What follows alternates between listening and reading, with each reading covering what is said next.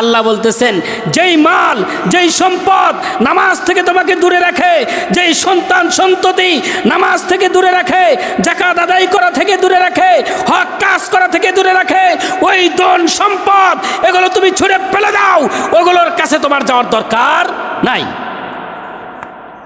যেই কাজকর্ম তোমার আল্লাহর ইবাদত করা থেকে তোমাকে গাফেল রাখে, ওগুলা কোনো দরকার হবে না, উদাসীন হবে, তারাই তো ক্ষতিগ্রস্ত। তাহলে যদি এগুলা করে কি হবে? আল্লাহ বলতেছেন, ওয়ামাইয়াফাল যালিকা ফাউলাইকা হুমুল খাসিরুন, এই ধরনের কাজ যারা করবে তারাই ক্ষতিগ্রস্ত হবে। এরপরের আয়াতে আল্লাহ বলতেছেন, আমি তোমাদেরকে যে রিজিক দিয়েছি তোমরা তা হতে ব্যয় করবে তোমাদের কারো মৃত্যু আসার পূর্বে। কখন ব্যয় করবেন? ইলা আজালিন করিব। আল্লাহ বলতেছেন, ওয়ামিম্মা রাযাকনাকুম মিন ক্বাবলি আইয়াতিয়া আহাদাকুমুল মাউত। আল্লাহ বলতেছেন, আমি যেই সম্পদ তোমাদেরকে দিয়েছি এই সম্পদ থেকেই তোমাদের ব্যয় করা লাগবে। কখন? কি হয়েছে ভাই, কি হয়েছে? অন্যমনস্ক, এখন হিসাব করেন না, এখন হিসাব করা যাবে না, এটা পরে নামাজ পড়ে করেন, আমার তো ডিস্টার্ব হচ্ছে, কথা বলা যাবে না, এখন কোনো কথাই বলা যাবে না, এটা একদিন তো বলছি। যত হিসাব আছে আগে আসবেন কিংবা পরে। কোরআন আলোচনার সময় কথা বলা তো হারাম, নিষেধ। আল্লাহ বলতেছেন খরচ করা লাগবেই। মনে করেন না যে আল্লাহ বলতেছেন খরচ করো বান্দা, করো, এই ধরনের কথা না। ও খরচ করা লাগবে। তাও কখন? আহাদাকুমুল মাউত ক্বাবলা আহাদাকুমুল মাউত, মৃত্যু আসার আগে তোমাদের খরচ করা লাগবে। এবার মৃত্যুর পরে কি আপনি খরচ করতে পারবেন? কোনো সুযোগ নাই। আল্লাহ বলতেছেন তোমরা তা হতে ব্যয় করবে তোমাদের মৃত্যু আসার পূর্বে। সে বলবে, হে আমার প্রতিপালক, আমাকে আরও কিছু কালের জন্য অবকাশ দাও। যদি তুমি অবকাশ দাও আমি সাদাকা করতাম, সৎকর্মশীলদের অন্তর্ভুক্ত হতাম। আল্লাহ বলতেছে, আল্লাহ পাক বলতেছেন, ফায়াকুলু রব্বি লাউলা আখারতানি।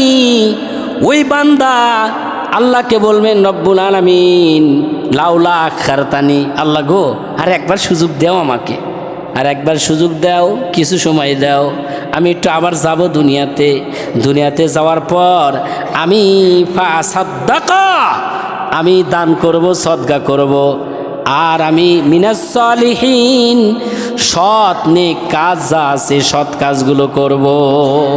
আল্লাহ কি সময় দিবেন? দিবেন? দেবেন না। বলবেন যে বান্দা এতদিন সময় দিছিলাম, যা করছো ভালোই করছাও, তোমাদের আর সময় দেওয়ার দরকার নাই। আল্লাহ আবার বলতেছেন, ওয়ালাই ইউআখিরুল্লাহু নাফসান ইযা জাআ আজালুহা আল্লাহু খবীরুম বিমা তা'মালুন। আল্লাহ বলতেছেন নির্ধারিত কাল যখন উপস্থিত হবে তখন আল্লাহ কাউকে অবকাশ দেবেন না। তোমরা যা করো আল্লাহ সে সম্বন্ধে সবিশেষ অবহিত।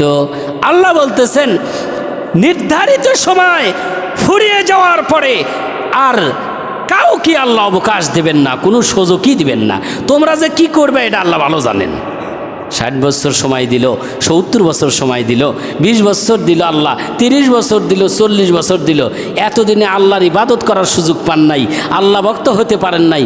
এখন আল্লাহ বলতেছেন বান্দা তুমি যে কি কামাই করবে আর উল্টাইবা এটা আমি ভালো করেই জানি, অতএব আর দুনিয়াতে যাওয়ার দরকার নাই। কিন্তু মরার পরে বান্দা আল্লাহকে বলবে, আল্লাহ গো লাউলা আখারতানি, একটু দেও না কিছু সময়। আল্লাহ বলবেন যে হবেই না, কিসের সময়, আর সময় দেওয়া হবে না। তাহলে দান করবেন কোন সময়? মৃত্যুর পূর্বে। কোনো উপায় নাই। মৃত্যুর আপনি বেঁচে থাকাকালীন যা করবেন, মসজিদে জমি দেন, মাদ্রাসায় জমি দেন, ফকির মিসকিন আছে তাদেরকে দেন। দান করা মানেই সম্পদ বেড়ে যাওয়া। দান করে ফকির হয়েছে একজন দেখেন আমাকে, পারবেন নাকি? চন্দ্রকোনা গ্রামে আছে নাকি যে অমুকের ছেলে অমুক দান করতে করতে নিঃশেষ হয়ে গেছে, আছে নাকি এরকম? নাই? হাজি মহসিন আলী উনি দান করছেন, ব্যাপক দানবীর ছিলেন, ব্যাপক দানবীর। দান করতে করতে সম্পদ শেষ হয়ে যাবে, কিন্তু আপনি গরিব হবেন না, আপনার সম্মান মর্যাদা আল্লাহ বাড়ায় দেবে। কথা বলেন ঠিক কিনা? আল্লাহ রাসূল সাল্লাল্লাহু আলাইহি ওয়াসাল্লামের কাছে যা আসতো প্রতিদিন, সম্পদের কোনো শেষ ছিল না, তার সম্পদ আসতেছে মসজিদের মধ্যে থেকেই দিয়ে দিতেছে। সাহাবায়ে কেরামগণ বলতেন, ইয়া আল্লাহ রাসূল, এই যে আমার বাগানের সবচেয়ে ভালো খেজুর নেন। ঝাঁকা ঝাঁকা খেজুর আল্লাহ রাসূলের কাছে আসতো। ওটা কার জন্যে? রাসূলের জন্য। তো রাসূল বলতেন, যাও এইগুলা দিয়ে দাও। শুধু এইগুলা দিতেন না, আল্লাহ রাসূল সাল্লাল্লাহু আলাইহি ওয়াসাল্লাম নামাজ পড়তেছেন, আসরের নামাজ পড়ার পর সালাম ফিরাইতে দেরি, সালাম ফিরানোর সঙ্গে সঙ্গে আল্লাহ রাসূল মোনাজাত করলেন না, দোয়া দুরূদ পড়লেন না, কিছুই করলেন না, দৌড়ায় গেলেন ঘরের মধ্যে। আম্মা জান আয়েশা সিদ্দিকা রাদিয়াল্লাহু তাআলা আনহা যেই ঘরের মধ্যে আছেন, ওই ঘরের মধ্যে গেলেন। যাওয়ার পর আবার বের হয়ে আসলেন, আবার এসে আগের জায়গায় বসলেন। কোন নামাজ? আসরের নামাজ। সাহাবীরা বললেন, ইয়া রাসূলুল্লাহ, ইয়া হাবিবাল্লাহ, কিছুই তো বুঝলাম না। দোয়ার দূর পড়লেন না, তাসবিহ তাহলিল পড়লেন না, সালাম ফিরাইয়া সোজা ঘরের মধ্যে গেলেন, আবার চলে আসলেন। ঘটনা কি? আল্লাহ রাসূল বললেন, হ্যাঁ আমার সাহাবারা শোনো, আমি নামাজ পড়তেছিলাম, নামাজ পড়া অবস্থায় হঠাৎ করে আমার মনে হয়ে গেছে আমার ঘরে কিছু দিরহাম আছে, দিরহাম সোনার দিরহাম আছে, আমার ঘরে কিছু সোনার দিরহাম আছে। এই জন্য আমি নামাজ ফরজ বাদ দিয়ে তো আর যাওয়া যাবে না, কিন্তু নামাজের